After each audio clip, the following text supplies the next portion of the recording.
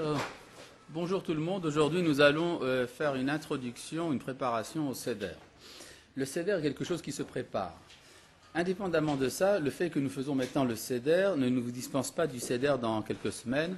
Ça, vous le ferez quand même à la maison. Il y a plusieurs préparatifs très importants pour le Seder. Tout d'abord, le calme et la tranquillité. Il faut enlever le Hametz, d'accord, mais ce n'est pas la peine de faire des misères à vos parents. Deuxièmement, un point extrêmement, disons, capital, c'est avant le Seder de dormir. Il est recommandé d'insister, même à la maison, chez vos parents, etc., pour leur dire, voilà, maman, nous allons nous arranger de telle sorte que à 2 heures de l'après-midi, eh bien, nous aurons fini. Et à 2 heures de l'après-midi, ce qu'on fait, on ferme les volets, on débranche le téléphone, on met sur la porte un avis « Ne frappez pas, nous dormons » et on dort. C'est marqué quoi? C'est marqué où? Bien sûr, voilà, c'est ça. Et quand on fait ça, nous passons après un Seder absolument extraordinaire, vif, éveillé, maman est contente, etc. Personne n'est énervé. Pourquoi? Parce qu'on a dormi 1h30, 2 heures avant. D'accord? Non, la vitamine C, justement, n'est pas recommandée, surtout qu'en général, elle est Hametz. Ouais, en général, les cachets de vitamine C sont également Hametz. D'accord? Hein? Ah non, mais tu parles pendant le Seder? Ah, pendant le Seder, c'est besoin d'un café, d'accord, mais comme tu as dormi...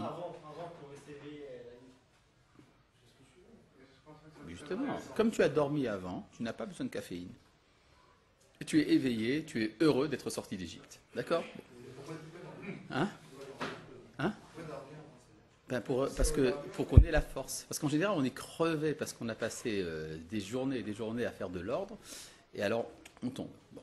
Deuxièmement, il faut veiller, dans les préparatifs du Seder, qu'il ne manque de rien à personne. C'est-à-dire qu'il y ait assez de matzot pour tout le monde, qu'il y ait assez de vin ou de jus de raisin pour tout le monde, etc., dans les quantités nécessaires, et qu'il y ait un verre pour chacun, etc. Troisièmement, ne mettez pas les assiettes à table. Les assiettes et les couverts, mettez-les de côté, parce que sinon vous aurez la haggadah, le verre de vin, mettre son coude quelque part, etc. On ne s'y retrouve pas. Alors, mettez la nappe, le verre, d'accord, la haggadah. Comment?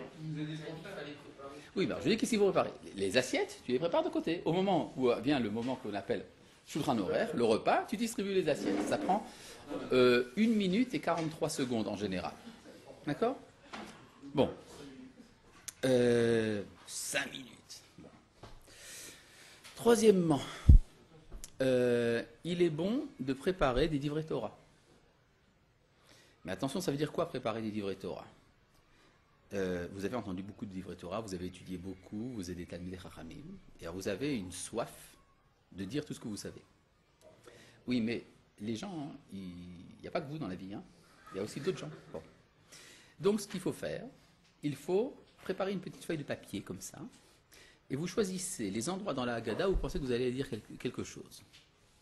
Le nombre des endroits où vous allez dire quelque chose se limite à 3. 3 endroits, mais en plus de ça, vous gardez encore 2 divrei Torah que vous direz pendant le repas. Pourquoi? Pour qu'au lieu de parler de politique et d'économie, ou bien des vacances que vous allez faire bientôt, eh bien, vous allez dire des divrei Torah quand même. Vous allez dire, voilà, j'ai entendu le Rav Cherki, il a dit un truc absolument génial, le Rav Partouche, il a dit ça, Rav Naon. Et alors, vous allez le dire à table, ce sera le sujet de discussion. D'accord? C'est donc important qu'à table, il y ait également des divrei Torah.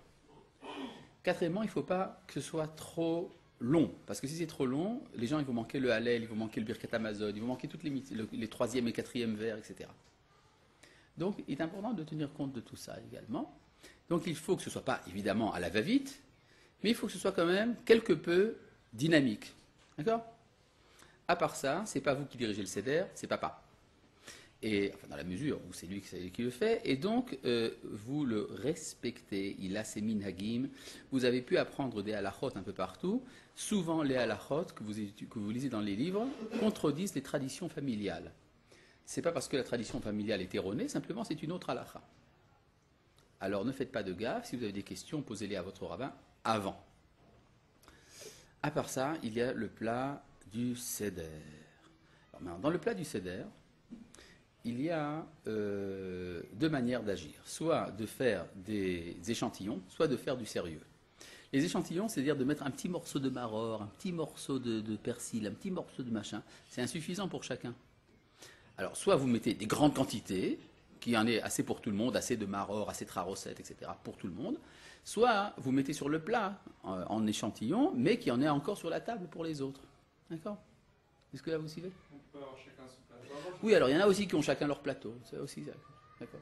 Ouais, chacun. Le minag ashkenaz, le minag alsacien, justement, c'est d'avoir chacun son plateau. Ok, ça marche aussi. C'est en fait deux conceptions différentes de ce que c'est que le seder, mais enfin, dans l'ensemble, il y a énormément de traditions, donc vous vous arrangez. Autre chose, il y a un point technique, mais qui est souvent oublié. Vous savez qu'il y a plusieurs mitzvot dans la soirée du seder qui doivent être faites accoudées. Alors, c'est quoi accoudé? L'usage, quand on est accoudé, en général, c'est de chercher désespérément un endroit pour poser son coude, sans déranger trop son voisin, et en étant mal à l'aise. D'accord? Par exemple, forme habituelle de l'accoudement. D'accord? Alors, ne faites pas cela. D'abord, vous avez remarqué le problème. Je tiens par exemple le verre dans la même main qui est censée être accoudée. Ce qui est une erreur. Main de droite. L'accoudement à gauche. Deuxièmement, l'accoudement, c'est un résidu de ce qui était avant le repas à la romaine. Vous avez tous lu des bandes dessinées qui vous décrivent des festins de l'Antiquité. Hein? Astérix, c'est quoi? Ah bon? Oui. Bon, ça va, il a le droit de ne pas avoir de sens de l'humour, c'est pas grave, écoute, faut pas. Bon, et donc, ça se fait sur des lits. Et il y a encore des familles, jusqu'à ce jour, qui font le seder sur des matelas. Ce n'est pas recommandé, je vais vous dire pourquoi. D'abord parce que ça prend beaucoup de place, mais que c'est à coup sûr vous vous endormez. J'ai vu ça, des sédarim comme ça sur des matelas, les gens s'endorment, à moins qu'ils aient bien dormi avant, comme je l'ai dit. D'accord? Maintenant, donc ce qu'il faut faire, et là je vais vous dire quelque chose qui n'est pas poli du tout, c'est quelque chose qui est contraire à la politesse française. Pour s'accouder, il faut que la chaise ne soit pas comme elle est là, il faut qu'elle soit comme ça. Elle doit être comme ça. Et c'est quelque chose qui se fait de cette manière. Vous avez compris? L'accoudement se fait à l'aise. On est à l'aise, comme au café. D'accord? Donc, on n'a pas de lit vraiment, mais on peut se tenir la tête. Ça me prend la tête, cette histoire. D'accord? C'est comme ça qu'on fait. Maintenant, le problème, pourquoi c'est pas poli? Parce que je tourne le dos au type qui est derrière moi. Et lui fait la même chose. Il tourne le dos à l'autre.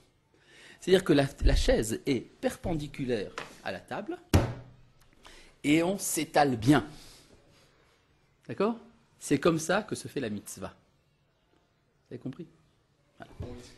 Donc, non, c'est à chaque fois. Bon, mais ça, au moment où vient le repas, ou quand tu lis la Haggadah, c'est pas comme ça.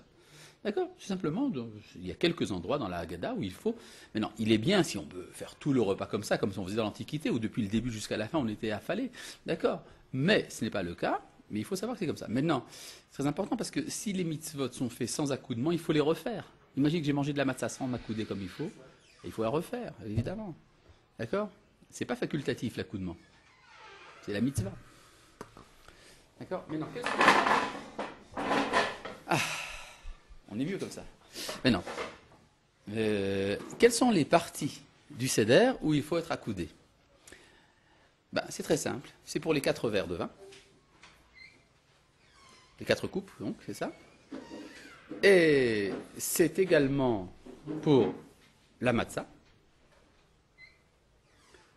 pour l'afikoman.